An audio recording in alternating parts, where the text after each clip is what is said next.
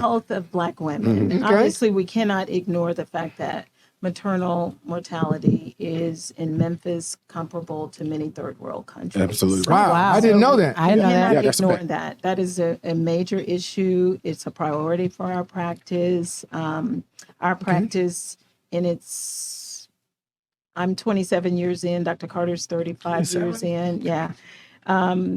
We've had and experienced 3 deaths, and they're all these young women that come in with major illness that's almost to the end point of life when it presents. And so we need to really recognize and make sure we're communicating and educating our young women to have babies when they're ready.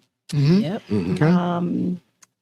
A common thread in many of these stories is the fact that they were in dysfunctional relationships. Okay. They had insurance issues for access, and so they may delay coming in.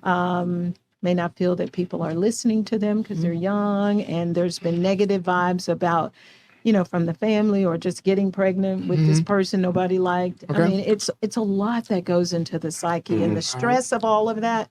We don't understand how it impacts your blood pressure, the growth of your baby, the likelihood of you eating healthy and doing the right things that benefit your baby. So those are probably my horror But stories. what kind of illness did they come in with that you're talking about? So hypertensive disorders. Okay. One Okay. young lady was already stroking. Straight A My student. goodness. When I gracious. received the phone call, the person that was on call said that you have a young lady. She's 35 weeks.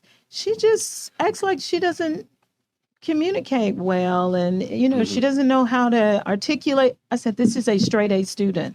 This is one of my bright stars. Wow. That I am looking Something's forward to wrong. delivering. Something is wrong.